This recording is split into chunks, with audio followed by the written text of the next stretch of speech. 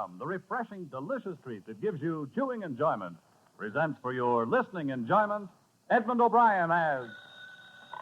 Johnny Dollar. Johnny, this is Louise Costa. Oh, Louise. Say, that's funny. I was thinking of you and Lucky just this morning. Were you? Yeah, how are you? I don't know, Johnny. That's why I called you. What's the matter, Louise? Something about Lucky? I don't know. Maybe it's me. Maybe I'm getting tired of being a detective's wife. Hey, wait a minute. That doesn't sound like you. I know, but something's wrong. He's been on a case and he had to go to San Francisco, or at least that's what he told me. I haven't had one word, not even a postcard in a week. That doesn't sound like Lucky. Maybe he's in trouble. It's a divorce case, Johnny. Could I talk to you about it? Maybe I'm all wrong, but I'd like to know. Yeah, sure, Louise. I'll be over in about an hour, if that's all right.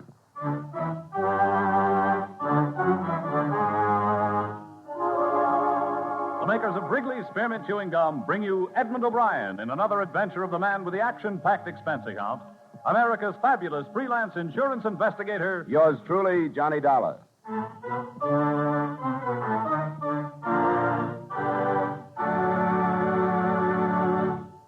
For refreshment while you work, for enjoyment anytime, chew a stick of Wrigley's Spearmint Gum. The delicious, long-lasting, real mint flavor of Wrigley's Spearmint cools your mouth and freshens your taste. The good, smooth chewing helps keep you feeling fresh and alert, adds enjoyment to whatever you're doing. So indoors, outdoors, at work or play, enjoy chewing Wrigley's Spearmint Gum. Wrigley's Spearmint. Refreshing, delicious.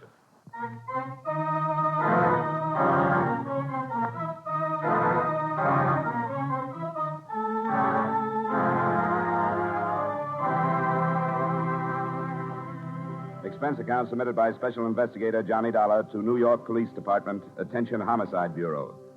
I in no way expect you to honor this statement, but for the sake of convenience, I'll use my regular report form. The following is an accounting of expenditures during my investigation of the Lucky Costa matter. His real name was Frank Costa. I don't know where he'd picked up the Lucky tag, but he'd had it 5 years ago when both of us were on the payroll of one of the big detective agencies. He opened his own office at about the same time I went into insurance. I got to know him and his wife well, but not intimately, and I liked them both. So when she phoned with worry in her voice, I went over to see her. In a way, I wish I hadn't. Now that you're here, I feel kind of silly and embarrassed. Well, you don't have to talk about anything you don't want to, Louise. Why don't we go to dinner and a movie and forget the detective racket for a while? That doesn't work. I've tried it. Johnny, it's not only this week that I haven't heard from him. Lucky's changed. How? Well, it's nothing I can explain to you. If you'd seen him every day, you probably wouldn't have noticed anything, but it's something that a wife could see. Thing with his eyes when he didn't know I was looking at him. Sort of a far away, as if he was thinking of something that I didn't have any business knowing about. You know Lucky's never been like that. Well, I guess any man keeps secrets when it's his job to. Well, Lucky never has with me. He didn't need to. As far as his job went, he's always told me that it did him good to come home and talk things over with me. Even things he really wasn't supposed to talk about. It hasn't been that. You think he's mixed up with another woman, don't you? It started over a month ago, Johnny. I've been used to Lucky being away. You know that. Yeah, I guess you'd have to be. But like I said, I knew when things got different, when it was more than just being away from me. You sure you aren't imagining things? I'm not imagining that I haven't heard from him in all this time. That never happened before. How long has this been going on, this change you speak of? Well, I've tried to remember exactly when I first noticed it. And I think it was one night about a month ago. I asked him what he was thinking about, and he sort of came to and said something that I don't remember now. Did you press it any further? A couple of times, and then I didn't anymore. Because it made me think he was hiding something from me. I didn't want to think that. I kept telling myself that everything was all right. But now I know it wasn't. Was he on a case a month ago? Well, he was tracing some phonies. It doesn't have anything to do with work, Johnny. I know that. He'd traced phonies before. He'd done everything before. It wasn't work. Well, I don't have a wife's viewpoint, but I know Lucky pretty well. Some things about him I know better than you do. It seems to me that if he was going to go wrong with a woman, he'd have done it a long time ago. We met some, you know. Yeah, I've heard. Does his brother still live here in town? Yes, but I haven't phoned him. Same address on Broad, wasn't it? Yeah. Are you going to see him? Yeah, I thought I might. You want me to check on Lucky, don't you? I don't know what I want. Yes, I want to find out. Well, all right. I think his brother is the best place to start.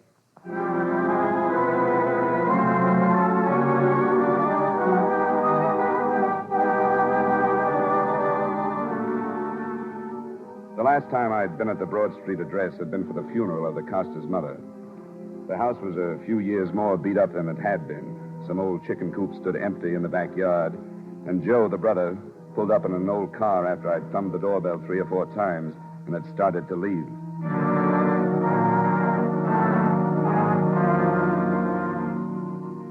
I took the wife and kids over to the park so I could have some peace for an hour or so. Yeah, I almost missed you. I'm glad you didn't, Johnny. It's been a long time.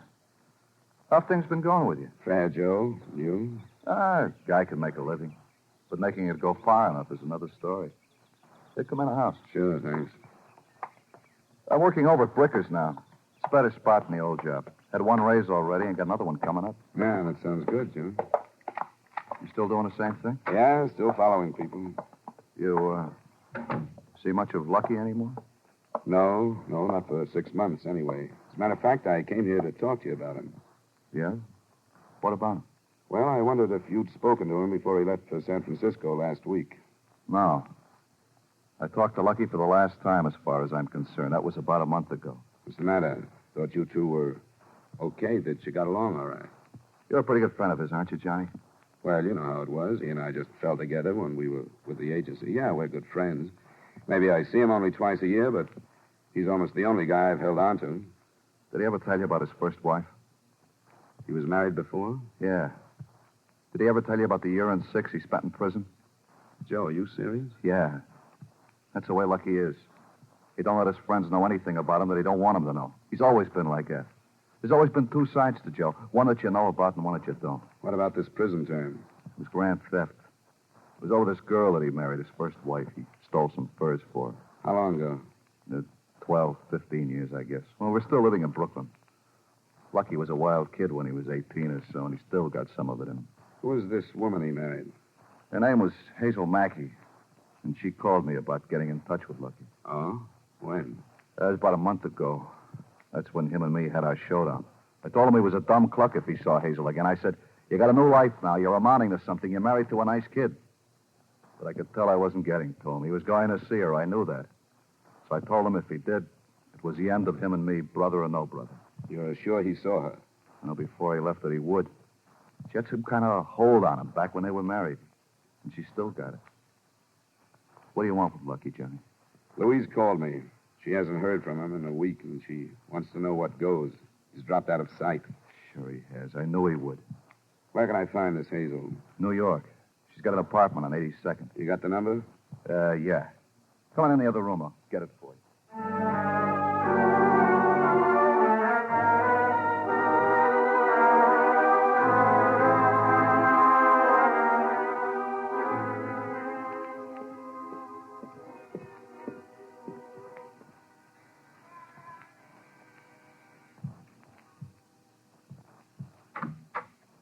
This Hazel Mackey?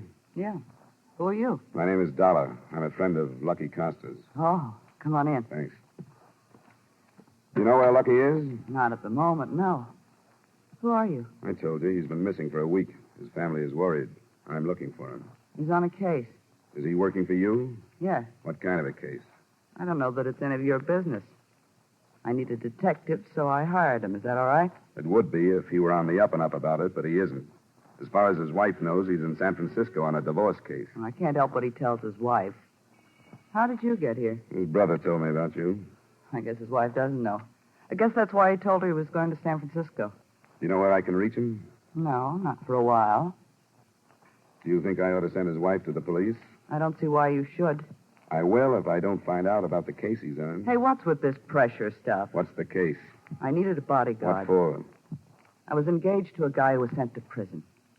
He was there 2 years, and I changed my mind about him. He's out now, and I'm afraid of him. Who is he?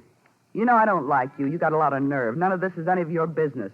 I wish you were right, but I've already stuck my neck out and made it my business. So if I don't find out these things from you, I'll find them out from someone else. Yeah. Guess you would. His name is George Myers. What makes you think he's going to cause you any trouble? Some of the things he told me when I went to visit him. It's hard to talk sense to a man who's been in prison that long. I tried to tell him how I felt, but he'd blow his top and make a lot of threats. Where is he now? I don't know. Been out a week. And Lucky's trying to get a line on him. He hasn't contacted you yet? No, but he will. And when it's over with and we get things straightened out, why, then Lucky can go back to his wife. Now, if you approve, I just as soon you'd get out of here. Well, a few things don't figure. You answered the door buzzer not like a dame that's afraid of someone coming, but I suppose you're right. It's Lucky's business how he earns his money. I'll tell him you dropped in. It's up to you. Good night. So long.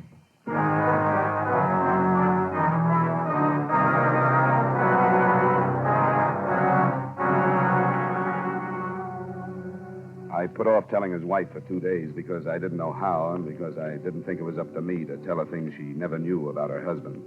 But on the third morning, it broke. The story made page 1, part 2 of all the New York dailies. The body of ex-convict George Myers had been found the night before. He'd been shot to death by what they called an unknown assailant.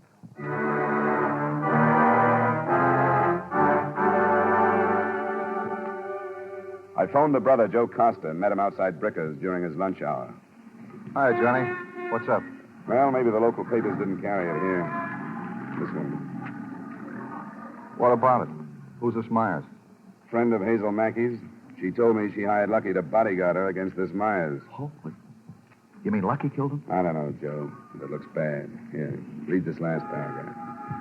Myers went to prison on a robbery rap, but the money was never recovered. There's $200,000 floating around, Joe. I can't help wondering if this Mackey woman hadn't her finger on it. Why do you have to tell me this, Johnny? Because I couldn't carry it myself. I talked to Hazel. What she told me puts the finger on Lucky. I wanted you to know because I'm going to have to go to the police with it. This is going to kill Louise. You know that. What can I do, Joe? Well, it seems to me you could stop playing hero. Now, wait, Joe. You don't have to run to the police. If Lucky did it, let them find out. You don't have to tell Joe. them. Not for that no-good Lucky, but for Joe, Louise. Joe, listen to me. If they get to Hazel Mackey and she tells them about talking to me, then what happens? Then I'm in trouble. I can't afford that, Joe. I've got to stay clean with the police. Sure, stay clean, no matter what it does to Louise. That's the way it is, then. I didn't ask to get mixed up in it. I didn't tell Louise what I found out about him, but it's out of hand now, Joe, and there's nothing I can do. Go ahead, then. Go ahead. Maybe some nice fat cop will pat you on the back. Joe! Joe! It's a sour racket.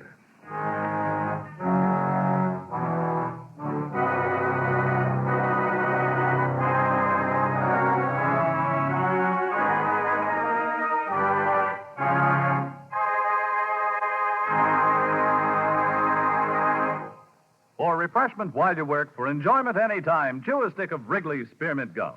When your mouth feels dry, when you're warm or tired, Wrigley's Spearmint is really refreshing.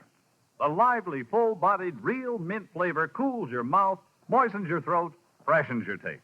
And the chewing itself gives you a little lift, helps you feel your best and do your best. So for chewing enjoyment plus pleasant refreshment, chew delicious Wrigley's Spearmint Gum.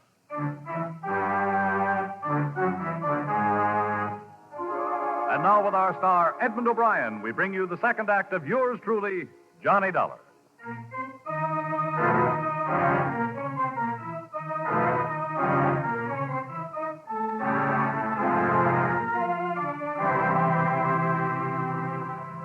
I left Hartford for New York on the 110 that afternoon. When I got there, the later editions reported the usual rounding up of known criminals who were being grilled about the Myers shooting.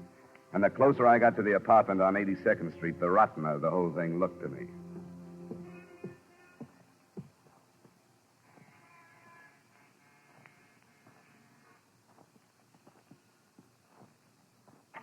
Who is...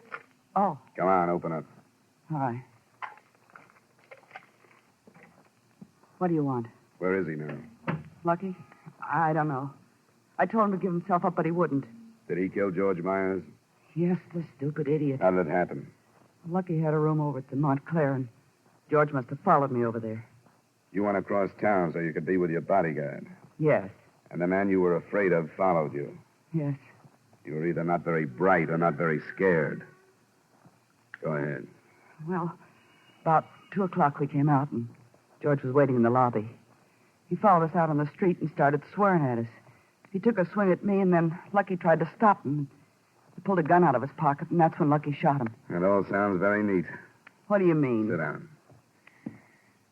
I've got a theory that I'll try out on you. When I get close, tell me. The $200,000 that never showed up after George Myers' arrest. For a split of that, Lucky agreed to kill him. You're crazy. You hire a detective as a bodyguard. Theoretically, he could kill this man you were afraid of and ride out of it on his license and the self-defense plea. It was self-defense. George pulled a gun. The police didn't find it. If it was self-defense, why didn't Lucky report it like he should have? I wanted him to. We came back here, and I begged him to phone the police. What about the $200,000? I don't know anything about it. You mean it'll be hard to prove that you do? I said I don't know. I take it you haven't phoned the police. No. I know I should, but I just can't do it to Lucky. You know I'm going to call them, don't you? I thought you said you were his friend. Not that good a friend.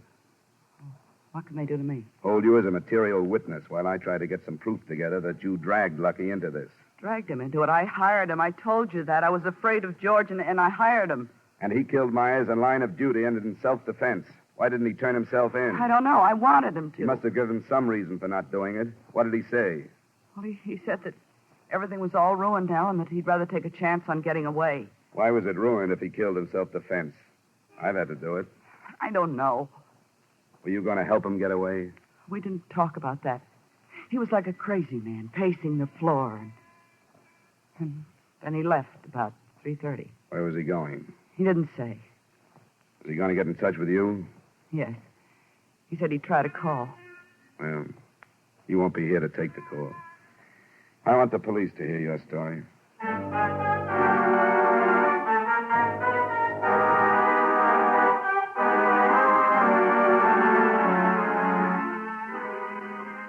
The officer who answered my call was Lieutenant Carl Belder. Two uniformed men who were with him took Hazel Mackey back to headquarters, and he listened to my theory. We searched the apartment without finding proof of her holding any amount like $200,000. She had a small savings account, a small checking account, and a stub showed that she had paid Lucky Costa a week in advance.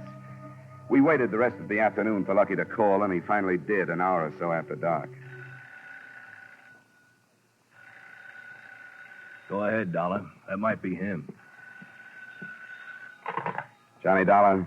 Who? This Lucky? This is Johnny Dollar. Don't hang up, Lucky. Why should I hang up? Hiya, Johnny. I'm all right, Lucky. How are you? Fine. Yeah, I can imagine. What was the matter with you? I don't have the slightest idea what you're talking about. How about you explaining yourself? What are you doing in my girl's apartment? She's not lonesome. She's down visiting New York's finest. Why don't you use your head and come on in, Lucky? You kidding? I like it where I am. You still figuring on trying to run out? Sure, it's worth a chance, don't you think, Johnny? If you killed Myers in self-defense, why don't you play it that way? You having us called trace, Johnny? I hoped we wouldn't have to play games like that.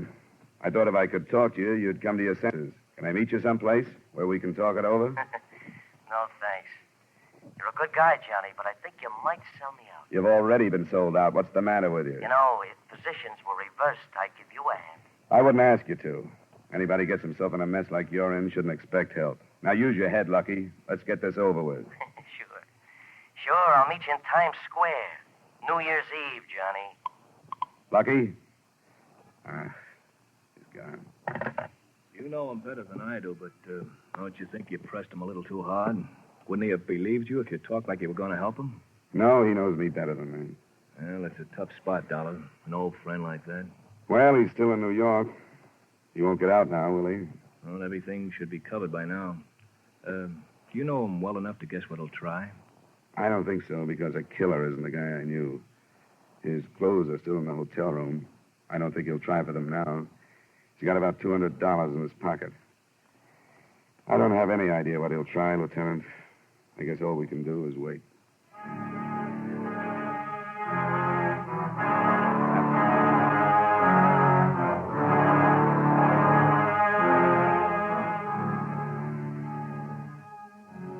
An officer was posted at the apartment, and Lieutenant Belder and I went down to headquarters. Under steady questioning, Hazel Mackey held to her story that she knew nothing about any $200,000, that she'd been afraid of George Myers, that she'd hired a detective in good faith to protect her, and that after Myers had been killed, she had pleaded with Costa to give himself up.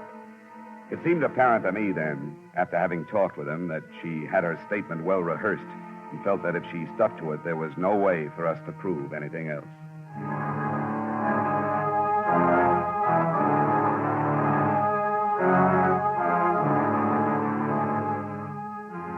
I stayed in New York that night and the next, waiting for something to break. When it came from Hartford. Joe Costa wanted to see me as soon as possible.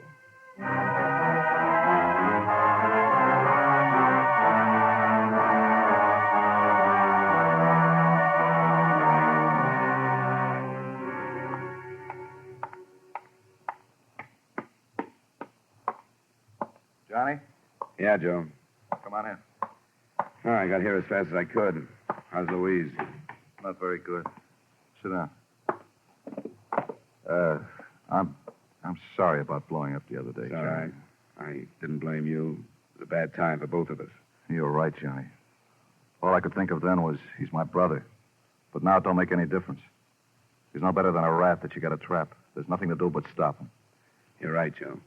I had to quit my job over him. I couldn't take it the way the boys were looking at me. They wouldn't talk to me. It'll smooth over. What do you want to talk to me about, Joe? Has he contacted you? Yeah, he phoned me. He wants for me to give him some money so he can get away. He needs more than money now. He'll never get out. What'd you tell him? Well, I told him I didn't have any to give him. And that was the time I knew for sure that you were right about him. So when he asked me again, I told him I'd see what I could do about raising some. I told him to call back tonight. I did that so I could sell him out to you. It was the right thing to do, no matter what you think. He wouldn't think twice about pulling you into this mess, Joe. And that's what he did. He asked you to be a party to the killing. Yeah, I know that. When is he going to call? Sometime after 7 o'clock. Does he want you to meet him? Yeah, that's right. With $200. He's going to tell me where when he calls. He's still in New York, isn't Yeah, in Manhattan. he? You want me to talk to him?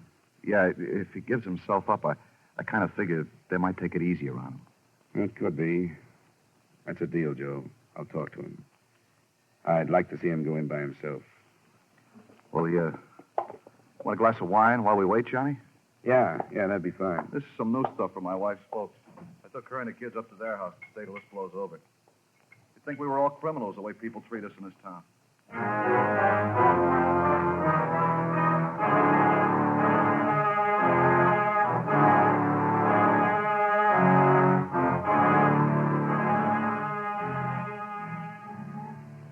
The call came in about 8:30.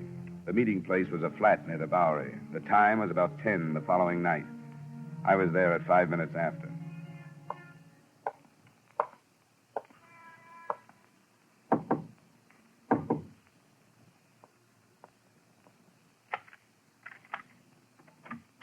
Hi, Lucky. What's this? Let me in. A nice place you got. You like it better than a home with a wife? Shut up. Joe sold me out, huh? He gave you a break. He didn't call the police. Did he send me some money? No? Do you think you had any right to ask him to? I need some dough, Johnny. I'm running short. What about your girlfriend? You can shut up about that, too. A double cross, Lucky, huh? Yeah. Yeah, double cross. A real good one. I got no beef coming. You gonna let Hazel get away with it? It's not worth a murder rap to square with her. You know who set up the double cross for her? Who? You did, Johnny. You stumbled into this thing and set it up for her. Maybe she'll send me a gold watch. I saw her 3 days before you killed him, Lucky. If you knew I stumbled in, why didn't you pull out? She didn't tell me about you until after I killed him. Oh, that's the way it went. Yeah. One little thing Hazel forgot. And she hoped it wasn't important. She hadn't wanted to bother me with it. But a friend of mine acted like he was suspicious of what we were doing. All it did was blow the whole thing sky high. I was going to cop a self-defense plea, but you around sniffing out the premeditation, I didn't have a chance. That's tough, Lucky. I'm sorry it didn't work out for you. Get off, will you? I came into this with my eyes open. I know what kind of an operator she was. I'm not beefing. There was a chance to make $100,000, so I took the jump, so I lost. What now, Lucky? I was going to ask you. You want a drink? No, thanks. You won't drink with me, huh? Not right now, Lucky. Afraid I'll slip you a Mickey? I wouldn't put it past you if I was in your way. You are in my way. Aren't you, Johnny? Everybody's in your way now, the whole world. You can't make it, Lucky. You won't get out of town. How much you got says I will. Start making sense. You've been on the right side of enough of these things to know you're finished right now. No, I'm not. I want you to get a shirt and tie on, make yourself look halfway human, and go to headquarters with me. They may give you a break if you give yourself up. Save it. Quit talking about it. What are you going to do? I'm not sure now that Joe sold me out. I'm in a bad spot, Johnny. I know that. I'm not ready to quit yet. Joe didn't sell you out. He wanted to give you a chance to give yourself up just like I do. We're still your friends, Lucky.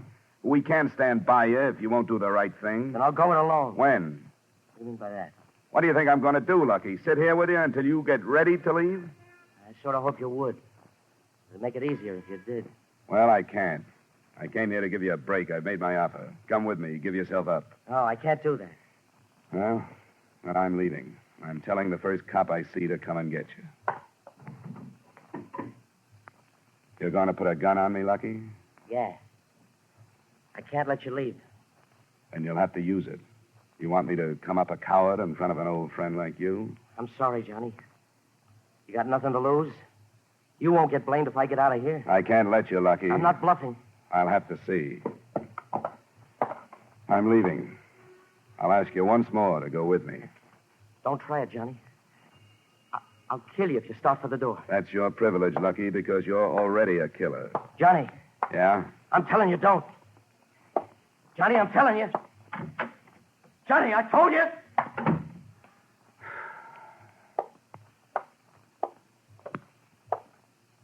Well, Dollar? He won't give up, Lieutenant. Yeah, we'll take him then. He's armed and he's drunk. But take it easy on him if you can. He could have killed me, and he didn't.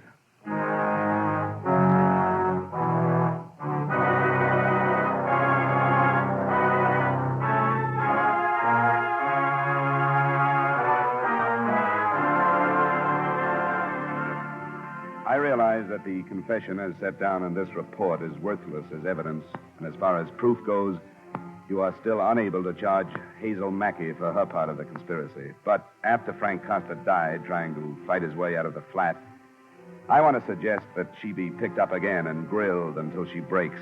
She's as guilty as he was. Yours truly, Johnny Dollar.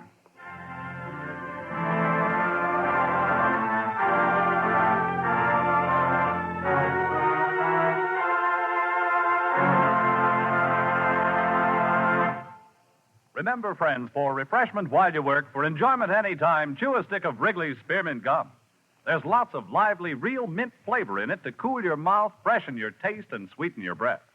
And chewing Wrigley's Spearmint helps keep you fresh and alert. You feel better, work better, get more fun out of doing things. So indoors, outdoors, at work or play, always keep delicious Wrigley's Spearmint Chewing Gum handy. For refreshment while you work, for enjoyment anytime, chew a stick of Wrigley's Spearmint Gum.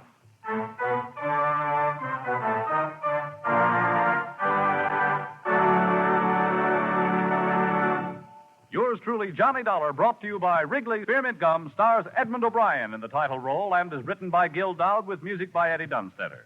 Edmund O'Brien can now be seen starring in the Paramount Pictures production, Warpath. Featured in tonight's cast were Virginia Gregg, Gloria Blondell, Hy Averback, Peter Leeds, and Sidney Miller. Yours truly, Johnny Dollar, is produced and directed by Jaime Del Valle.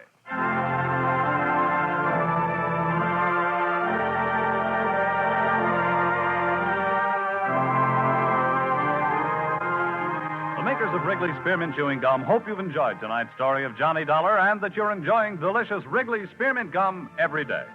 We invite you to join us next week at this same time when, from Hollywood, Edmund O'Brien returns in another adventure of Yours truly, Johnny Dollar. Bob Stevenson speaking. This is the CBS Radio Network.